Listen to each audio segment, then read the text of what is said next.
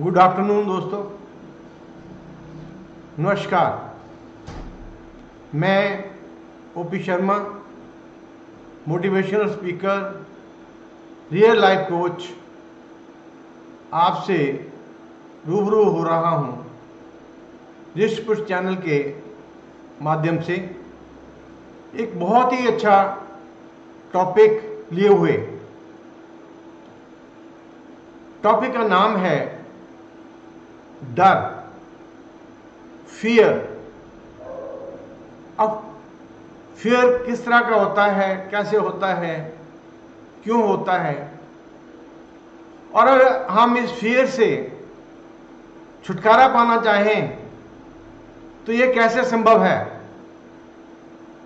इसमें दो राय नहीं है कि हमने पास्ट में फियर को, डर को फेस किया है, कुछ अभी भी कर रहे हैं, कुछ आने वाले फ्यूचर के डर से मन में डर बनाए हुए हैं। उन्हें यह चिंता सता रही है कि हमारा आने वाला फ्यूचर कैसे होगा। इसके लिए वो अलग अलग तरह की कोशिशें भी करते हैं।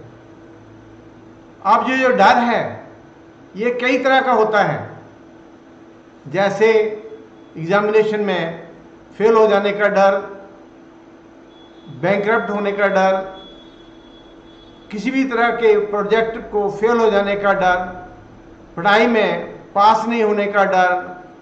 कई तरह के डर कई तरह के रूपों में खड़े रहते हैं, और जब तक इन डरों के बारे में पूरी तरह से जानकारी ना प्राप्त कर ली जाए कि ये कैसे होते हैं, कैसे आते हैं, इनको कैसे दूर किया जा सकता है, इनसे कैसे बचाव किया जा सकता है, तब तक हम इससे छुटकारा नहीं पा सकते। अब डर अलग अलग तरह के होते हैं। कोई तो दहशत डालने वाला डर होता है, कोई नॉर्मल तरह का डर होता है। डर चाहे किसी भी तरह का हो, चाहे वो एग्जामिनेशन से डर हो, चाहे वो बैंकरप्ट होने का डर हो, चाहे गरीब होने का डर हो, चाहे किसी भी तरह का डर हो, डर तो डर ही होता है। चाहे उसके नाम हम बदल दें, नाम बदलने से कोई फर्क नहीं पड़ता, वो डर जो है वो उसी तरह से रहता है। अब जो प्रत्येक मनुष्य, हम भी जिसमें इंक्लूडेड हैं, डर से बचने के लिए अलग अलग तरह की कोशिशें करते हैं ताकि हाँ ये डर हमारी ज़िंदगी में ना आए, हमें इससे डरना ना पड़े। पर सभी कोशिशें करने के बावजूद भी हम नाकामयाब रहते हैं, हम अपने मकसद को प्राप्त नहीं कर सकते। डर या दहशत होना एक ही तरह की एनर्जी या ताकत है। अब देखें, हम अभी तक जो डर को ले रहे थे एक नेगेटिव पावर के तौर पे ले रहे थे, लेकिन जिस तरह से डर का नेगेटिव इंपैक्ट है, नेगेटिव रोल है, इसी तरह से डर का पॉजिटिव रोल भी है।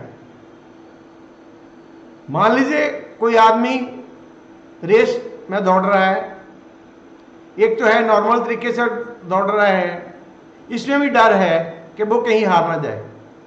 इसके अलावा अगर उसे ये डर लग जाए जैसे उसके पीछे कोई डॉग है, कुत्ता है, या कोई ऐसी चीज है जो उस पर कब्जा, उसके ऊपर अटैक कर देगी, तो वो डेफिनेटली एक बहुत ही अच्छी स्पीड में दौड़ेगा और उसकी कोशिश होगी कि मैं जल्दी से जल्दी इस आफत से बच जाऊं। ऐसी कंडीशन में जब उसकी स्पीड को मापा जाए या मापा जाता है तो वह एक चैंपियन से भी ज्यादा अच्छी स्पीड निकालता है। क्यों? ये क्या है? ये देखो, एक तरफ तो डर था, लेकिन दूसरी तरफ देखो उसकी स्पीड कैसे हो गई। ऐसे हम एग्जांपल देते हैं कि हम पढ़ाई करते हैं, अगर पढ़ाई करते हैं, पढ़ाई में इतने अच्छे नहीं भी हैं, तो हम कहते हैं पढ़ाई बहुत डिफिकल्ट है, मुझे डर लगता है, मुझे डर लगता है, मुझे डर लगता है, कुछ बनने वाला नहीं। अगर हम मन में ये डर रख के कि हम कहीं फेल ना हो जाएं, हम अपने मकसद में नाकामयाब ना हो जाएं, हम पूरी मेहनत करते हैं, रात दिन मेहनत करते हैं, ऐसी कंडीशन में जो हम मेहनत करते हैं तो हम अपना एग्ज़ाम पास कर लगते हैं, अपने मकसद में पास हो जाते हैं। पर अगर ऐसा नहीं करते तो ऐसा नहीं होता। हम अगर अपनी तरफ से पूरी कोशिश भी करें तो रेत के एक कतरे तक को हम ख़त्म नहीं कर सकते, उसकी आइडेंटिटी ख़त्म नहीं कर सकते। हाँ, अगर हम उसको पीसते हैं तो इसमें शक नहीं कि हम उसकी शक्ल सूरत तो बदल सकते हैं, पर उसकी सही जो है उसको नहीं कर सकते। अब इसका ये मतलब नहीं है कि हमने हर बार जो डर पर काबू पाने की कोशिश करनी है, और जो डर है वो दूर नहीं होता, और दूर नहीं होने के कारण वो हमारे सबकॉन्शियस माइंड में चला जाता है। तो जब वह सबकॉन्शियस माइंड में चला जाएगा तो उसकी इंटेंसिटी बढ़ जाएगी और उसको ख़त्म करना बहुत ही मुश्किल होगा। इस तरह से डर हमें अलग अलग तरीके से डराता रहता है।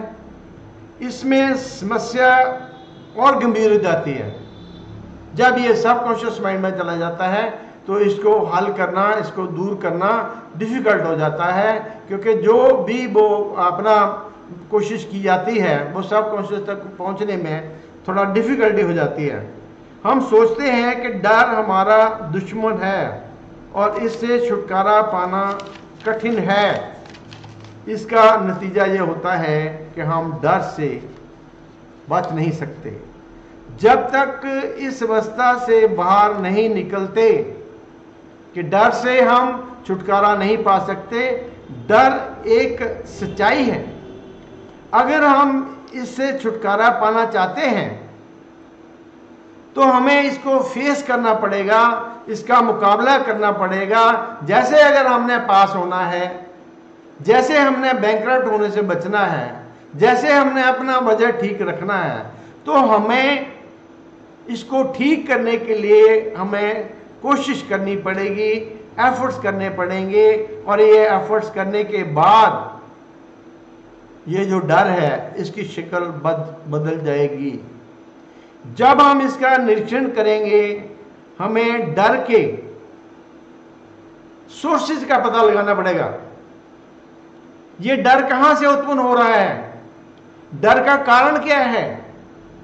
डर को कारण जानने के बाद ही हम इसे दूर कर सकते हैं। मान लीजिए हमें परीक्षा का डर है तो हमें परीक्षा के लिए मेहनत करनी पड़ेगी। अगर हमें यह डर है कि हम कहीं बैंकरप्ट ना हो जाएं, हमारा दिवाला ना निकल जाए, हम कहीं फेल ना हो जाएं, तो इसके लिए हमें पॉजिटिव एफर्ट्स करने पड़ेंगे, इनके लिए कोशिश करनी पड़ेगी ताकि हम इस समस्या से निकल सकें। ऐसी सोच हमारे डर की शुरुआत होती है। हम अंदर से दुखी हो जाते हैं तब हम गलती से, जब हम डर जाते हैं, जब हमें लगता है कि हमारे पास कोई सोर्स नहीं है, तो क्या करते हैं, हम अपने दोस्त पर विश्वास करना चालू कर देते हैं और उन्हें अपना दोस्त बना लेते हैं। और जब दोस्त बना लेते हैं तो हम सोचते हैं कि हमें कोई डर नहीं, हमने तो अब दोस्त बना लिए हैं, अच्छे दोस्त बना लिए हैं। पर जब ये दोस्त हमारे साथ लड़ने झगड़ने लग जाते हैं और हम इससे पहले हम इन्हें अपनी जायदाद समझना चालू कर देते हैं कि ये तो हमारी जायदाद है, ये तो हमारी प्रॉपर्टी है, अब हमारे पास हमारे दोस्त हैं तो हमारा कोई कुछ नहीं बिगाड़ सकता, हमें डरने की कोई जरूरत नहीं है। लेकिन जब उन पे विश्वास करते हैं और वो हमसे लड़ने झगड़ने लग जाते हैं, हमें कई तरह की तकलीफें देनी शुरू कर देते हैं, तो इस कंडीशन में भी हमारा डर हमसे नहीं जाता। अगर किसी के मन में, अब देखो डर होने के लिए कई कारण हैं, अब किसी के मन में दुनिया का सबसे अमीर आदमी होना या कोई ऐसी तीव्र इच्छा मन में रखना जिससे पूरी करने के बाद उसे लगे कि मेरी सभी समस्याएं हल हो जाएंगी, ऐसी कंडीशन में भी डर सताता है, डर दूर नहीं जाता है। स्पष्ट शब्दों में अगर हम वर्तमान में जीने की कला सीख लें, बजाय हम फ्यूचर्स के लिए या पास्ट के लिए कोई प्रोजेक्ट या फ्यूचर आने वाले फ्यूचर के लिए कोई प्लानिंग बनाएं कि हम ये करेंगे, जो भी हम प्रोजेक्ट या जो भी हम प्लानिंग बनाएंगे जरूरी तो नहीं है वो पूरी हो जाए, और जब तक पूरी नहीं होती हम उसके डर से बच नहीं सकते। तो हमने क्या कोशिश करनी है, हमने पूरी कोशिश करनी है कि प्रेजेंट में ही रहना है। जो मौजूदा समय है, जो मेरे करने की क्षमता है, जो मैं कर सकता हूं, जो मैं परिवार के लिए कर सकता हूं, फैमिली के लिए कर सकता हूं या देश के लिए कर सकता हूं, वो मैंने प्रेजेंट में ही करने की कोशिश करनी है। प्लानिंग नहीं बनानी है। जो प्लानिंग है वो हमेशा मोस्टली हमारे दुख का कारण बनती हैं और वे हमारे डर का भी कारण बन जाती हैं। इसलिए अगर हम डर को खत्म करना चाहते हैं तो हमें पता होना चाहिए कि इस डर की सीमा क्या है, ये कितनी इंटेंसिटी का डर है, क्या इस डर को रिमूव किया जा सकता है? अगर एफर्ट्स करें तो ये डर है वो दूर किया जा सकता है। जब हम ऐसी सोच सोचेंगे, जब हम ऐसी प्लानिंग बनाएंगे तो हम डर से लड़ने के काबिल हो जाएंगे, डर को दूर करने के काबिल हो जाएंगे। यह डर कहां से आया है, जब हमें यह पता चल जाएगा तो हम उसी सोर्स पे अटैक करेंगे। जैसे हम कोई बहुत बड़ी प्लानिंग बना लेते हैं, लेकिन ऐसे लगता है कि ये प्लानिंग हमने अपने बजट से भी कई गुना बाहर बना ली है। ये इसका डर हमेशा हमें सताता रहेगा। तो बेटर यही होगा कि हम उस प्लानिंग को छोड़ दें और आगे बढ़ें। इससे हम जान सकेंगे कि डर कितना ज़्यादा है, कहाँ से आया है। इस तरह से हम नेगेटिव फोर्स जो डर का कारण है उससे छुटकारा हासिल कर सकेंगे। और हम देखते हैं कि हम जितने मर्जी कोशिशें कर लें, एफर्ट्स कर लें, तरीके अपना लें, प्लानिंग कर लें, डर की शेप बदल जाती है। डर उसी तरह से किसी न किसी शेप में हमारे लिए खड़ा रहता है। हम उससे बच नहीं सकते, हम उससे दूर नहीं हो सकते। तो क्या अब इसका मतलब यह कहा जाए कि डर का कोई हल नहीं है, डर को हम दूर नहीं कर सकते, डर को हमें फेस ही करना पड़ेगा, डर के साथ ही हमें जीना पड़ेगा, डर के साथ ही हमें मरना पड़ेगा? इसके लिए हम एक एग्जांपल ले लेते हैं। जैसे एक बकरी है, गोट है, जंगल में है। जब भी जंगल में जाती है पानी पीने जाती है, घास चरने जाती है, कहीं भी जाती है, दूसरे जानवर उस पर अटैक करते हैं, उसको मारने की कोशिश करते हैं, उसको खाने की कोशिश करते हैं। एक दिन बकरी ज्यादा दुखी हो गई, उसने सोचा क्या किया जाए। फिर उसने देखा कि इस जंगल का राजा लायन है, शेर है, वो उसकी जाके रिक्वेस्ट करी कि मुझे अपनी शरण में ले लो और मुझे मेरी जिंदगी आसान कर दो। शेर को दया आ गई, उसने उस पर दया करके उसको अपनी शरण में ले लिया। अब सबको पता चल गया कि जो बकरी है ये शेर के साथ है, शेर के साथ इसका रिश्ता है।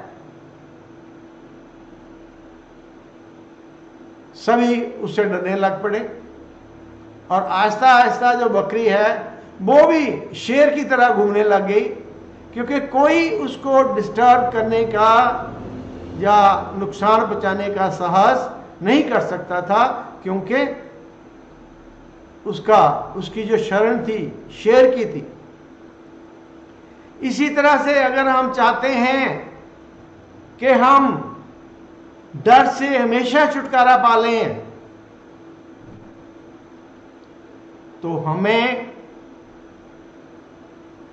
इस दुनिया के संतों महात्माओं की शरण में जाना पड़ेगा, जो कि इस दुनिया के आले नाल है। उनकी शरण में जाके और वो दया मेहर करके अगर हमें शब्द या नाम की कमाई का भेद दे देते हैं और हम अभ्यास करते हैं, अभ्यास करने के बाद हमें कोई डर नहीं सताता, क्योंकि हमारे साथ संत महात्मा जिनकी एग्जाम्पल लाइन के तौर पे दी गई है वो हमारे साथ होते हैं, उनका नाम हमारे साथ होता है। तो डर को भगाना कोई डिफिकल्ट नहीं है, पर इसके लिए हमें कोशिश करनी पड़ेगी और संतों महात्माओं की दया मेहर हमारे पर होनी चाहिए। तो मैं तो चाहूँगा कि हमें कोशिश करनी चाहिए कि अपने डर का टेम्पररी हल ढूंढने की बजाय परमानेंट हल ढूंढना चाहिए। धन्यवाद।